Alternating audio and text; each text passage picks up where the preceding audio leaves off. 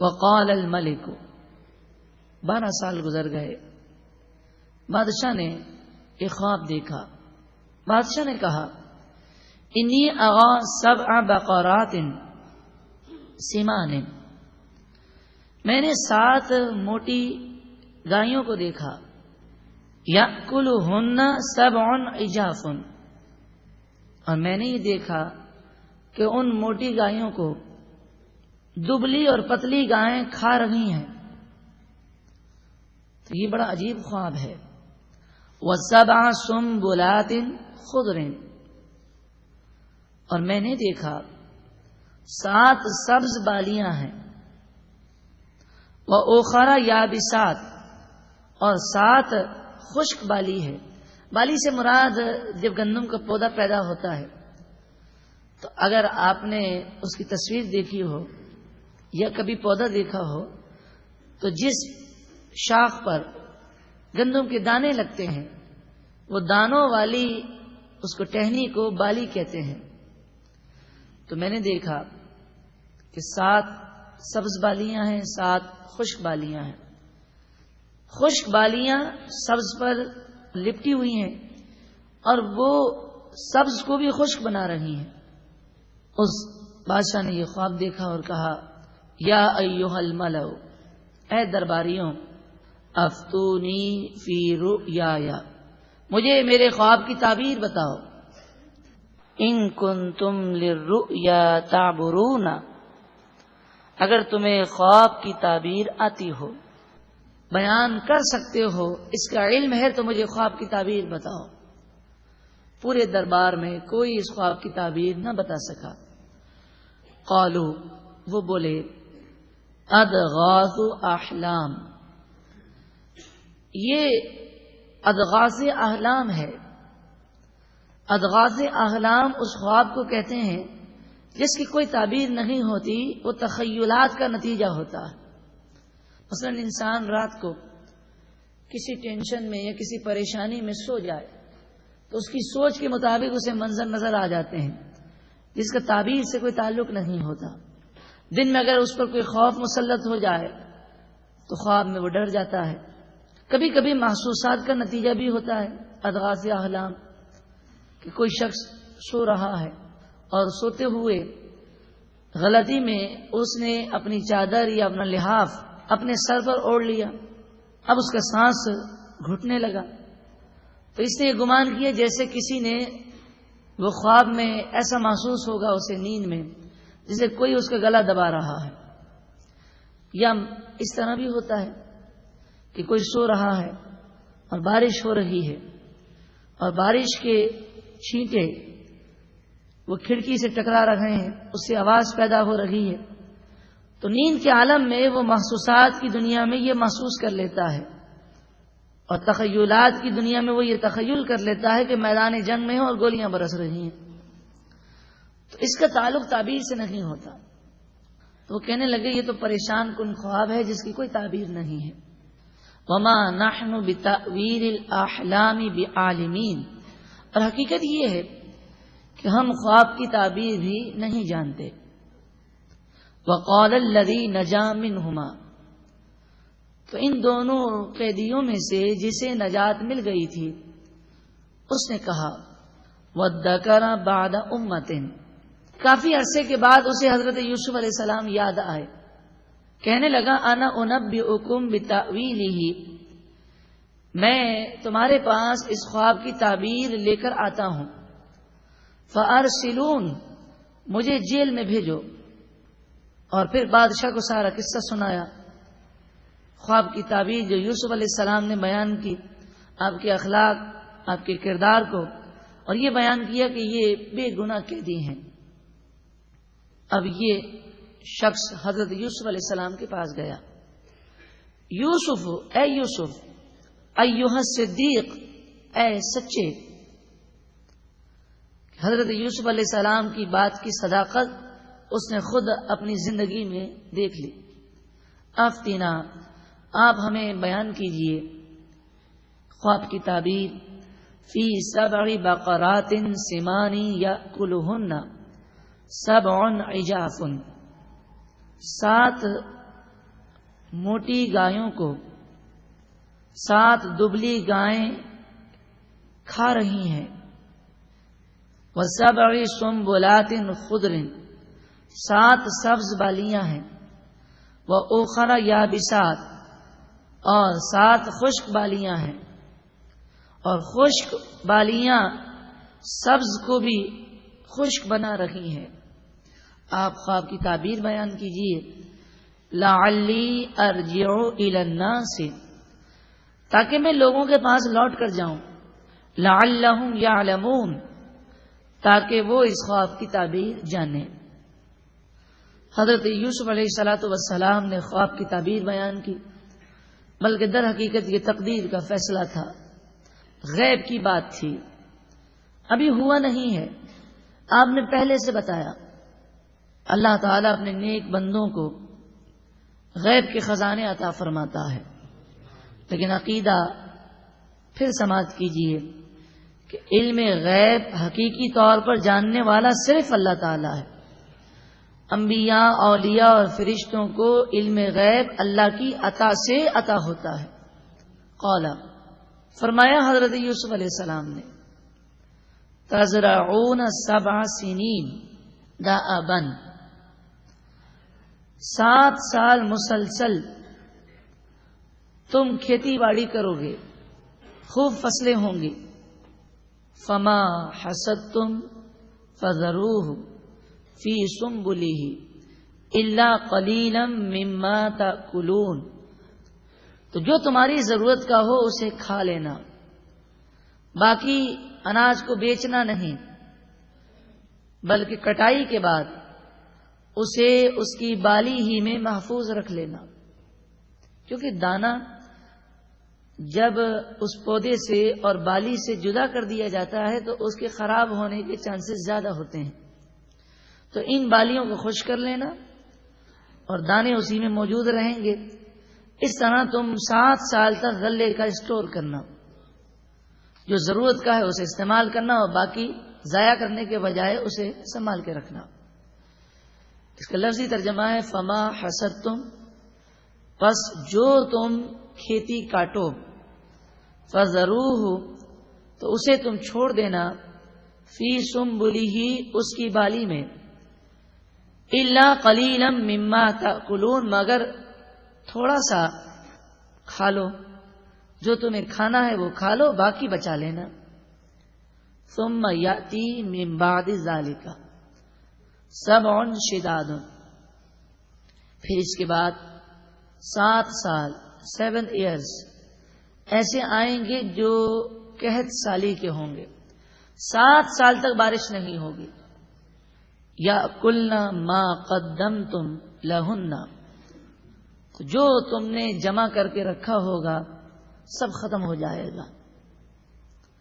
7 سالوں میں جو جمع کیا ہے وہ 7 سالوں میں ختم ہو جائے گا. الا قلیلا مما تحسنون صرف تھوڑا سا وہ بچے گا جو تم بچا لوگے. وہ تھوڑے سے بیج اور دانے بچ جائیں گے، وہ اتنے تم بچا لینا جس سے تم آئندہ سال کھیتی باڑی کر سکو. یہ 7 اور 7 یہ 14 سال ہو جائیں گے. ثم یأتی من بعد ذالک عام اس کے بعد ایک اور سال آئے گا جو اس حساب سے 15واں سال ہوگا. فیہ یغاث الناس جس میں لوگوں پر خوب بارشیں ہوں گی. وفیہ یعصرون اور اس میں وہ نچوڑیں گے، یعنی خوب پھل پیدا ہوں گے اور پھلوں میں خوب رس ہوگا. تو اس 15ویں سال تمہاری یہ مشکل کے ایام ختم ہو جائیں گے. لیکن اس سال میں بیج بونے کے لیے تمہیں بیج بچا کر رکھنے ہوں گے. اب آپ بتائیے، بادشاہ نے جب یہ بات سنی ہوگی تو اسے کتنی خوشی ہوئی ہوگی کہ اگر یہ خواب کی تعبیر کا علم حضرت یوسف علیہ السلام نہ دیتے تو 7 سال تک جو خوب پیداوار ہوتی مصر کے لوگ کھا لیتے اور باقی جو ہے ایکسپورٹ کر دیتے.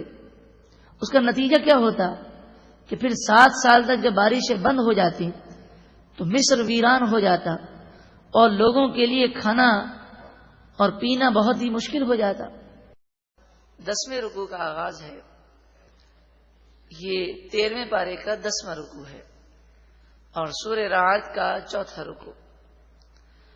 وَيَقُولُ الَّذِينَ كَفَرُوا لَوْلَا أُنزِلَ عَلَيْهِ آيَةٌ مِّن رَّبِّهِ، اور کافر کہتے ہیں اس نبی صلی اللہ علیہ وسلم پر ان کے رب کی طرف سے کوئی نشانی کیوں نازل نہ ہوئی، یعنی اتنی نشانیاں دی گئیں کہ قرآن مجید فرقان حمید کی ہر آیت کو ہم آیت اسی لیے کہتے ہیں کہ یہ خود ایک نشانی ہے، حضور کے کئی معجزات، مگر یہ ان کی ضد کہ کہتے ہیں کہ کوئی نشانی کیوں نہ دی گئی۔ قل، اے محبوب آپ فرمائیے، ان اللہ یضل من یشاء، بے شک اللہ تعالی جسے چاہے گمراہ کر دیتا ہے اور گمراہ اسے فرماتا ہے جس سے وہ ناراض ہو جاتا ہے۔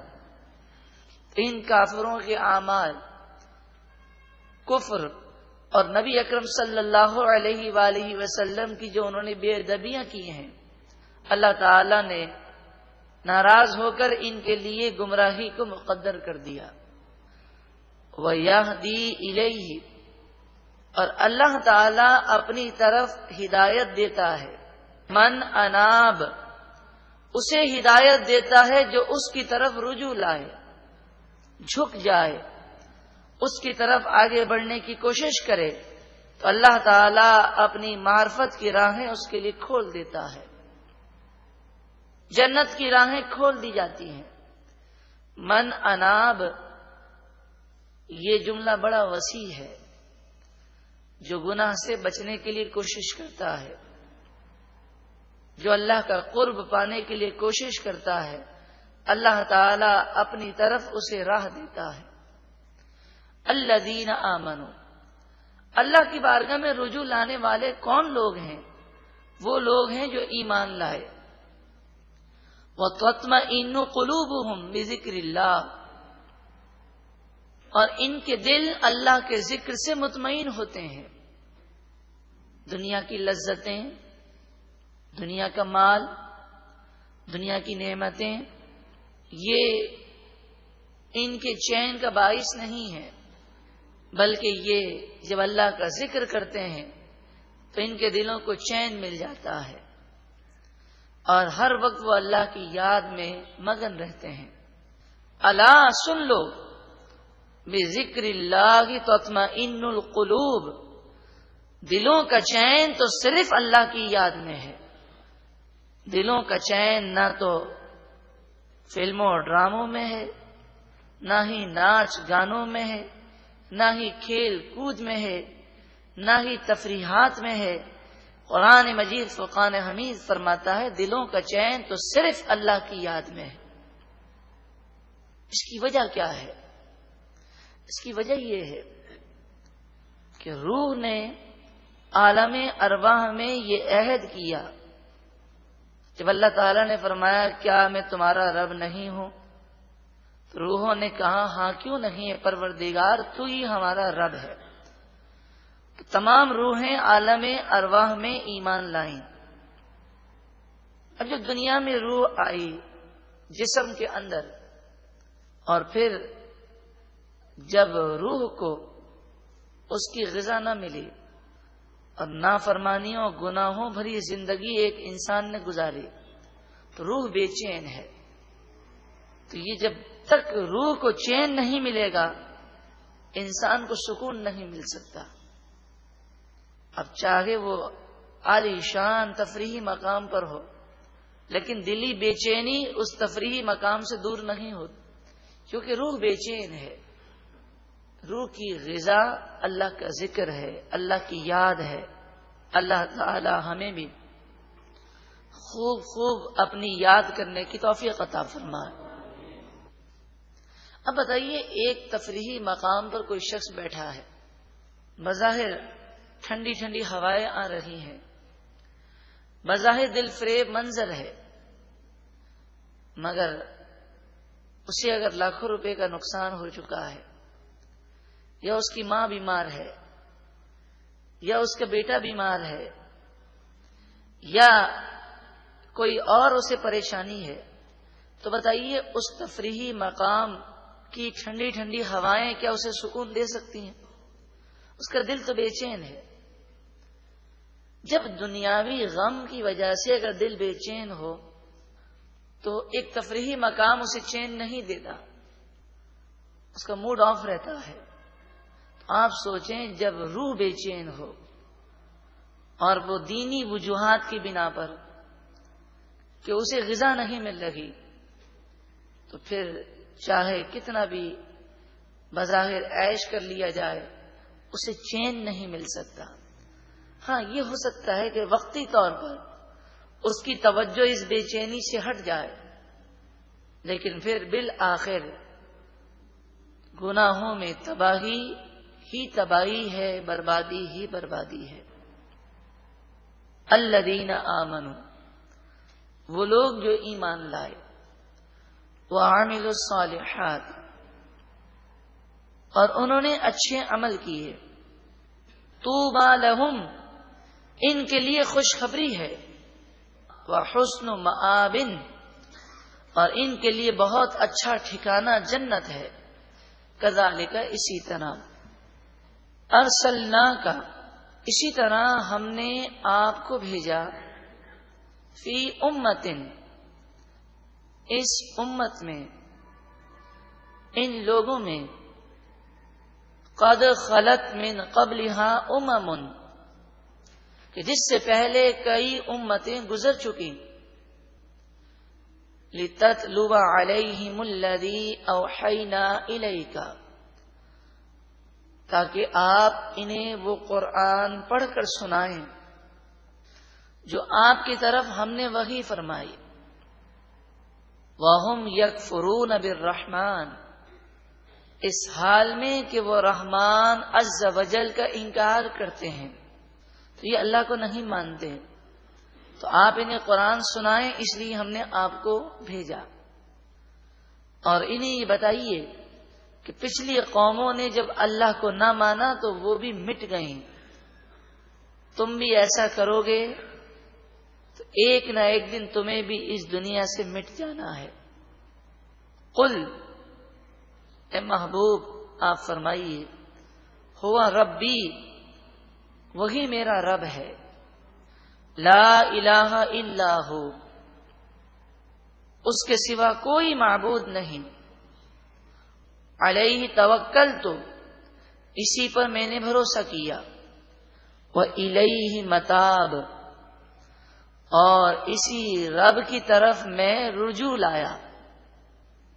وَلَوْ أَنَّ قُرْآنًا سُيِّرَتْ بِهِ الْجِبَالُ، اور اگر بے شک ہم ایسا قرآن نازل کرتے کہ جس کے سبب پہاڑ وہ اپنی جگہ سے ہل جاتے، او قطعت بہ الارض، یا زمین ٹکڑے ٹکڑے ہو جاتی، او کلم بہ الموتى، یا اس قرآن کی وجہ سے مردے کلام کرتے، یہ نشانیاں دیکھنے کے باوجود بھی کافر ایمان نہ لاتے۔ بل للہ الامر جمیعا، بلکہ تمام معاملات اللہ ہی کے اختیار میں ہیں۔ افلم یئس الذین آمنوا ان لو یشاء اللہ، کیا ایمان والے نا امید نہیں ہوئے؟ یعنی ایمان والوں کو ابھی تک یقین نہیں آیا کہ کافر ایمان نہیں لائیں گے؟ اور اس بات کا کیا انہوں نے یقین نہیں کیا؟ ان لو یشاء اللہ لہدی الناس جمیعا، اگر اللہ تعالی چاہتا تو تمام لوگوں کو ہدایت دے دیتا، مگر اس نے کسی کو مجبور نہیں بنایا، ہدایت اور گمراہی کا اختیار دیا۔ اگر یہ اختیار وہ ختم کر دیتا، کوئی گمراہی پر نہ ہو سکتا، وہ سب مجبور ہو جاتے، پھر یہ دنیا دار الامتحان نہ رہتا تو اسے دار الامتحان آزمائش کی جگہ بنایا، اور قیامت آخرت دار الجزا ہے، انعام کا گھر ہے یا سزا کا گھر ہے۔ وَلَا يَزَالُ الَّذِينَ كَفَرُوا تُصِيبُهُمْ بِمَا صَنَعُوا قَارِعَةٌ۔ کافروں نے جو گناہ کیے، ان گناہوں کی وجہ سے ہمیشہ ان پر ہلا دینے والی مصیبتیں آتی رہیں گی۔ قاریعۃ، ہلا دینے والی مصیبتیں، مراد یہ ہے کہ یہ کافر جب تک دنیا میں رہیں گے بظاہر عیش بھی کریں گے، مگر فکر، پریشانی، تشویش، ٹینشن، بیماریاں، کاروباری نقصان، اس طرح کی اور بہت ساری بلائیں ان کے گناہوں کی وجہ سے نازل ہوتی رہیں گی۔ او تحل قریبا من دارہم، یا ان کے گھر کے قریب یہ مصیبتیں نازل ہوتی رہیں گی۔ مراد یہ ہے کہ سیلاب، طوفان، زلزلہ، اس طرح کے عذابات بھی دنیا میں آئیں گے ان کافروں پر، اور انفرادی طور پر ان کے لیے بیماری، پریشانیاں یہ بھی آتی رہیں گی۔ تو دنیا کا کوئی بھی کافر ہو، بلکہ کوئی بھی انسان ہو، وہ ساری زندگی کبھی سکون نہیں پاتا۔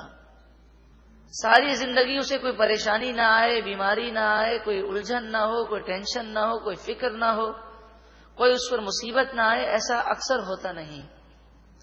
مومن کے لیے یہ پریشانیاں نعمت ہیں کہ وہ اس پر صبر کرتا ہے، اسے ثواب ملتا ہے، اس کے درجات بلند ہوتے ہیں، اور کافر کے لیے تمام پریشانیاں اللہ کا عذاب ہیں کہ کافر کو دنیا میں جو پریشانیاں آتی ہیں اس پر وہ صبر بھی کرے تب بھی کوئی ثواب نہیں ہے۔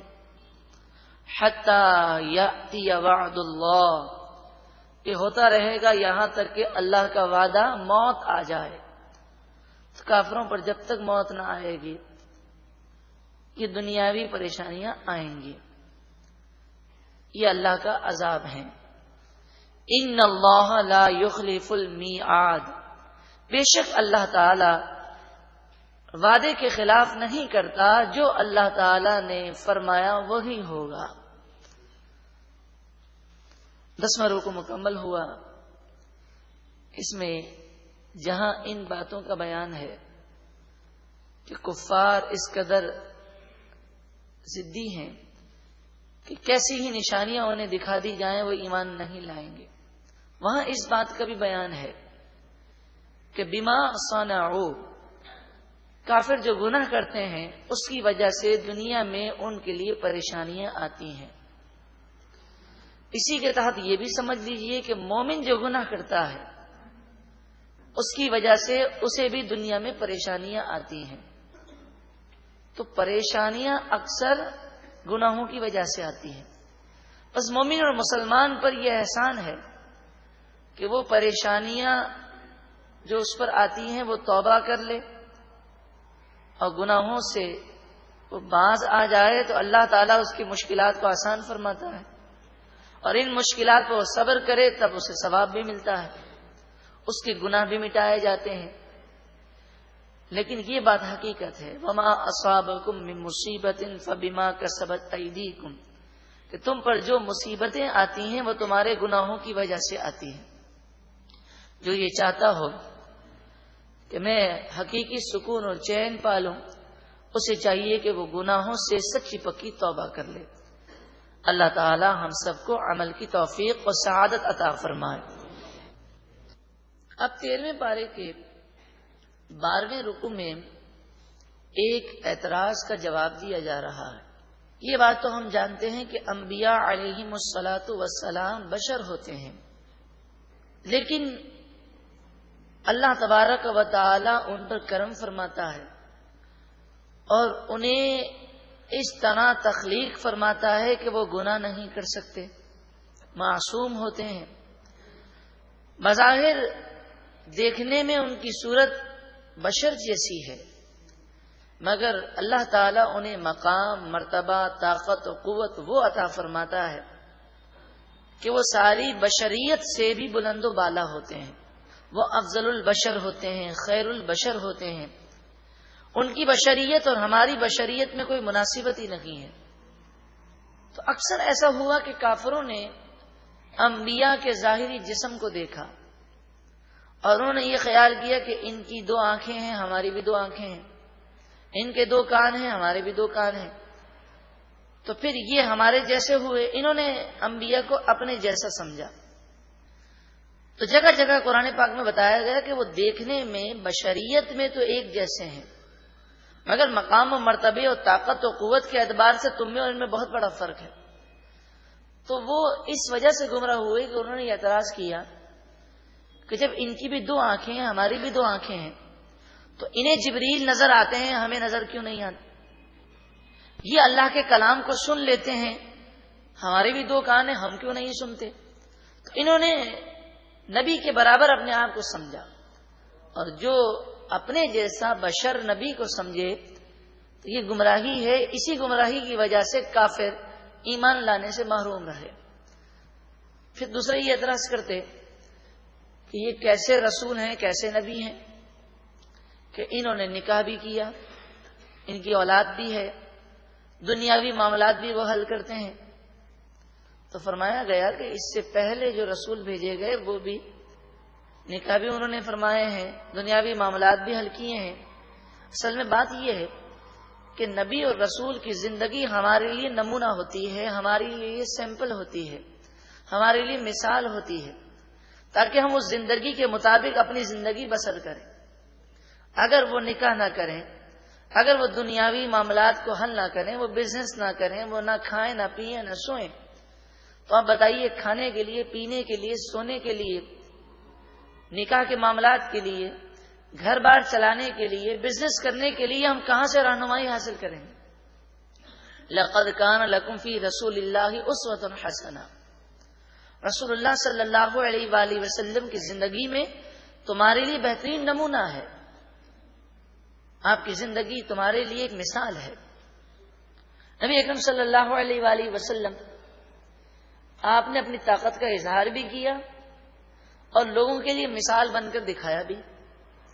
جیسے اس کی ایک مشہور مثال ہم یہ دیتے ہیں کہ نبی اکرم صلی اللہ علیہ وآلہ وسلم 2 دن سے بھوکے ہیں، یا 3 دن سے آپ نے کھانا نہیں کھایا، تو بھوک کے آثار چہرے پر نظر آ رہے ہیں، پیٹ پر آپ نے 3 پتھر باندھے ہوئے ہیں. یہ لوگوں کے لیے مثال ہے کہ کیسے بھی حالات ہوں تمہیں دین پر ثابت قدم رہنا ہے. اور دوسری طرف دیکھیں تو نبی اکرم صلی اللہ علیہ وآلہ وسلم، امام بخاری علیہ رحمہ لکھتے ہیں کہ آپ صوم وصال رکھتے. صوم وصال کے معنی یہ ہیں کہ نہ سحری کرتے، نہ افطار کرتے، مسلسل روزے رکھتے 2 مہینے، 3 مہینے تک، اور آپ پر کوئی بھوک کے آثار نہ ہوتے. وہ مثال کے لیے نہیں، وہ اپنی طاقت کے اظہار کے لیے. مثال تو وہ ہے کہ 3 دن کی بھوک ہے تو پیٹ پر پتھر ہے، یہ ہمارے لیے مثال ہے. اور کوئی اپنے جیسا بشر نہ سمجھے ان کے مقام و مرتبے اور ان کی طاقت، تو اپنی طاقت کا اظہار آپ نے اس طرح کیا کہ 3 مہینے کے روزے. اب صحابہ کرام کی عادت کریمہ کہ جو حضور کرتے وہ ان کی ادا کو ادا کرتے. صحابہ کرام نے جب اطلاع ملی کہ حضور 2 مہینے سے روزے سے ہیں، 2.5 مہینے سے روزے سے ہیں، تو صحابہ نے بھی روزے رکھنے شروع کر دی. 4-5 دن ہوئے، نہ سحری کیا نہ افطار کیا، مسلسل. اب ہوتا یہ کہ جب نماز کھڑی ہوتی تو کبھی کوئی صحابی دائیں طرف گر جاتے اور بے ہوش ہو جاتے، کبھی کوئی بائیں طرف گر کے بے ہوش ہو جاتے. جب مسجد نبی شریف میں آتے تو حالت یہ ہوتی کہ دیوار کے سہارے وہ چلتے پھر بھی گر جاتے، غشی طاری ہو جاتی. تو نبی اکرم صلی اللہ علیہ وآلہ وسلم نے فرمایا کہ تمہارا حال کیوں ہو گیا ہے، یہ حال کیسے ہوا؟ تو انہوں نے کہا کہ ہم آپ کی ادا کو ادا کر رہے ہیں. آپ 2 مہینے سے 2.5 مہینے سے روزے سے ہیں، تو ہم نے بھی مسلسل روزے رکھنے شروع کی. نہ سحری کر رہے ہیں نہ افطار کر رہے ہیں، تو 3-4 دن میں ہماری یہ حالت ہو گئی۔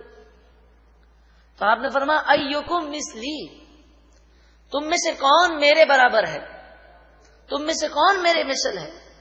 امام بخاری علیہ رحمہ فرماتے ہیں کہ نبی اکرم صلی اللہ علیہ وآلہ وسلم نے فرمایا ایکم مثلی، تم میں سے کون میرے برابر ہے، یعنی کوئی بھی میرے برابر نہیں ہے، میرے مثل تم میں سے کوئی بھی نہیں ہے۔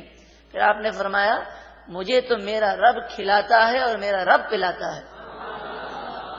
یہ طاقت کا اظہار تھا، اور وہ جو کیفیات تھیں کہ بھوک کے آثار چہرے پر ظاہر ہوئے، آپ بظاہر کمزور نظر آنے لگے، پیٹ پر پتھر ہیں، یہ لوگوں کے لیے مثال تھی کہ کیسے بھی حالات ہو جائیں دین پر ثابت قدم تمہیں رہنا ہے۔ تو حضرت شاہ ولی اللہ علیہ رحمہ فوز کبیر میں لکھتے ہیں کہ کافروں کی سب سے بڑی غلطی یہ تھی کہ انبیاء علیہم الصلاۃ والسلام نے جو مثال کے لیے ایک عام بشر جیسی زندگی گزار کر پیش کر کے دکھائی، انہوں نے یہ سمجھا کہ انبیاء کی اتنی ہی طاقت ہے، وہ انبیاء کی طاقت اور قدرت کو نہ سمجھ سکے، اور انہوں نے یہ خیال نہ کیا کہ ان کی طاقتیں تو بہت ہیں، یہ تو ایک مثال کے طور پر ایک عام بشر کی طرح وہ زندگی گزار کے لوگوں کو سکھاتے ہیں کہ اس طرح زندگی گزارنی ہے، تمہیں کاروبار ایسے کرنا ہے، کھانا ایسے ہے، پینا ایسے ہے، سونا ایسے ہے، تمہیں گھریلو زندگی ایسے گزارنی ہے۔ فرمایا وَلَقَدْ أَرْسَلْنَا رُسُلًا مِّن قَبْلِكَ، بے شک ہم نے آپ سے پہلے کئی رسولوں کو بھیجا، وَجَعَلْنَا لَهُمْ أَزْوَاجًا وَذُرِّيَّةً، ان کے لیے ہم نے بیویاں بھی رکھی اور اولاد بھی رکھی، وہ صاحب اولاد بھی تھے اور انہوں نے نکاح بھی کیے۔ وَمَا كَانَ لِرَسُولٍ أَن يَأْتِيَ بِآيَةٍ إِلَّا بِإِذْنِ اللَّهِ، اور جہاں تک ان کافروں کا یہ مطالبہ ہے کہ یہ جو ہم نشانی اور معجزہ مانگتے ہیں وہ کیوں نہیں دکھاتے، تو انہیں بتایا گیا کہ ان کی طاقتیں ہیں، اختیار ہے، لیکن جب اللہ کا حکم ہوتا ہے اور اللہ کا فرمان ہوتا ہے اس کے مطابق وہ اپنی طاقت کا اظہار کرتے ہیں۔ فرمایا رسول نشانی بِإِذْنِ اللہ، اللہ کے اذن کے ساتھ ہی لاتے ہیں، جیسا اللہ کا حکم ہوتا ہے ویسا وہ نشانی اور معجزے کا اظہار کرتے ہیں۔ لِكُلِّ أَجَلٍ کتاب، ہر موت کے لیے لکھا ہوا ہے، یعنی ہر ایک کی موت کا وقت مقرر ہے۔ یمحو اللہ ما یشاء ویثبت، یمحو اللہ، اللہ تعالی مٹا دیتا ہے، ما یشاء، جو وہ چاہتا ہے، ویثبت، اور وہ جسے چاہتا ہے ثابت رکھتا ہے۔ اس کی مراد میں کئی اقوال ہیں، ایک قول یہ ہے کہ اس سے مراد یہ ہے کہ جب بندہ اللہ کی بارگاہ میں توبہ کرتا ہے تو اللہ تعالی اس کے سارے گناہوں کو بخش دیتا ہے، اور جب بندہ توبہ نہیں کرتا، گناہ کرتا ہے، تو گناہوں کی وجہ سے اس کے لیے جہنم ہوتی ہے، لیکن جس پر اللہ تعالیٰ کرم فرماتا ہے اس کے جتنے گناہ چاہتا ہے اللہ تعالیٰ مٹا دیتا ہے۔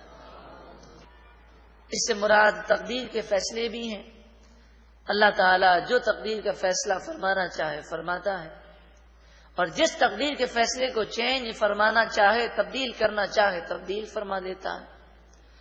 وَعِندَهُ أُمُّ الْكِتَابِ، اور اللہ ہی کے پاس لوح محفوظ ہے۔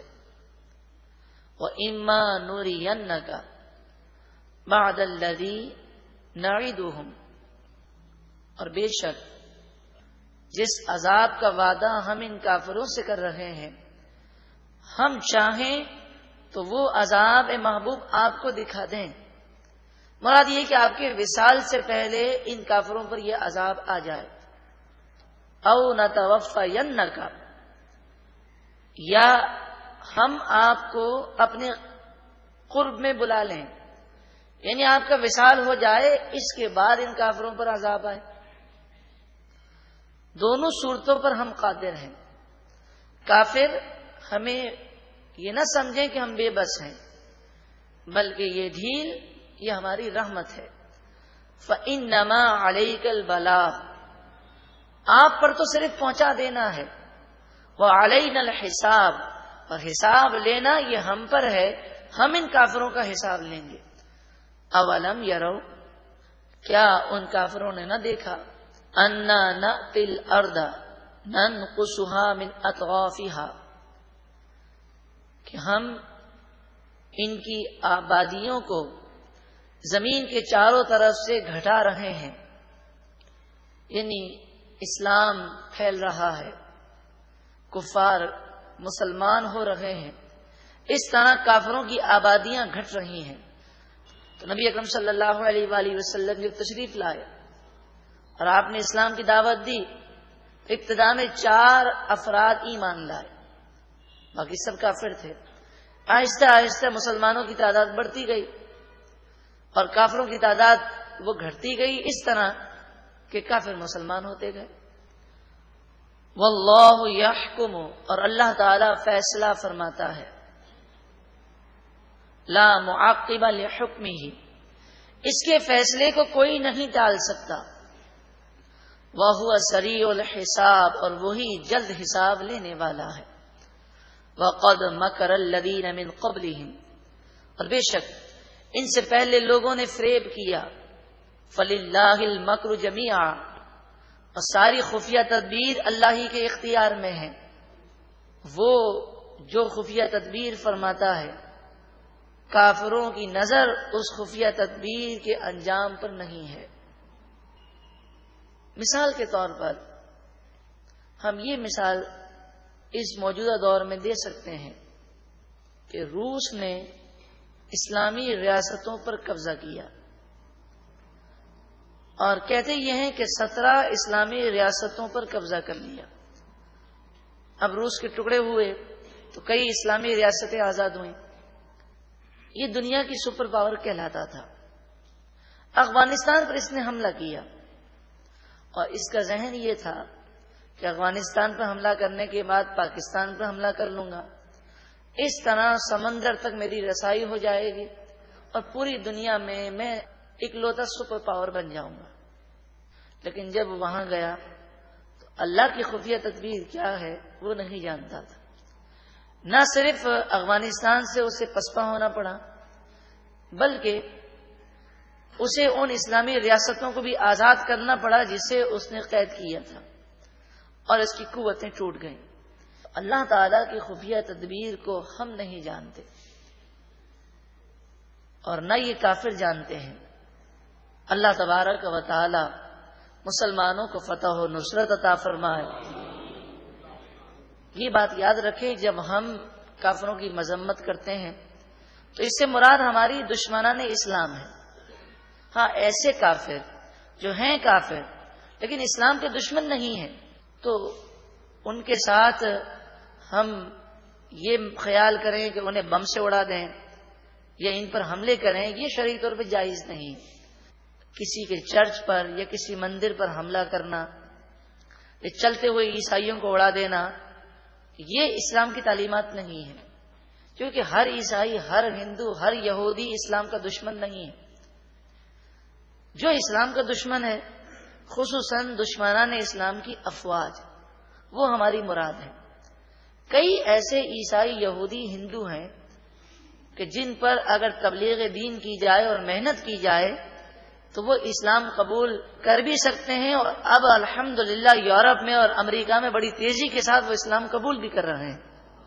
اور یہ بھی اللہ تعالیٰ کی خفیہ تدبیر ہے کہ انہوں نے جتنا اسلام کو بدنام کرنے کی کوشش کی، اتنا ہی لوگوں میں ایک جستجو پیدا ہوئی، اور آج یورپ کے لوگ قرآن کو پڑھتے ہیں، اسلام کو سمجھتے ہیں، اور الحمدللہ بڑی تیزی کے ساتھ یورپ میں، امریکہ میں، خصوصاً ان ممالک میں جہاں سرکار دو عالم صلی اللہ علیہ وآلہ وسلم کی بے ادبی اخبارات میں شائع کی گئی، ان ممالک میں کہتے ہیں اسلام کے بڑھنے کی شرح 3 سے 4 گنا تک وہ ترقی کر گئی۔ یعلم ما تکسب کل نفس، اللہ تبارک و تعالی جانتا ہے ہر جان جو کماتی ہے، جو نیکی کرتی ہے جو گناہ کرتی ہے. وَسَيَعْلَمُ الْكُفَّارُ اور ان قریب کافر جان لیں گے لمن عقبی الدار کہ کس کے لیے تباہی کا گھر ہے, کس کے لیے برا انجام ہے. وَيَقُولُ الَّذِينَ كَفَرُوا لَسْتَ مُرْسَلًا اور کافر کہتے ہیں کہ آپ رسول نہیں ہیں, نعوذ باللہ من ذالک, آپ کو نہیں بھیجا گیا. قل اے محبوب آپ فرمائیے کفا باللہ شہیدا بینی و بینکم, میرے اور تمہارے درمیان گواہی کے لیے اللہ کافی ہے. ومن عندہ علم الکتاب اور وہ لوگ بھی گواہی کے لیے کافی ہیں جن کے پاس کتاب کا علم ہے, یعنی توریت, انجیل, زبور کے جاننے والے منصف مزاج کہ جو سچی بات بتاتے ہیں وہ بھی بتائیں گے کہ یہ نبی آخر الزمان سچے نبی ہیں صلی اللہ علیہ وسلم. سورہ رعد مکمل ہوئی.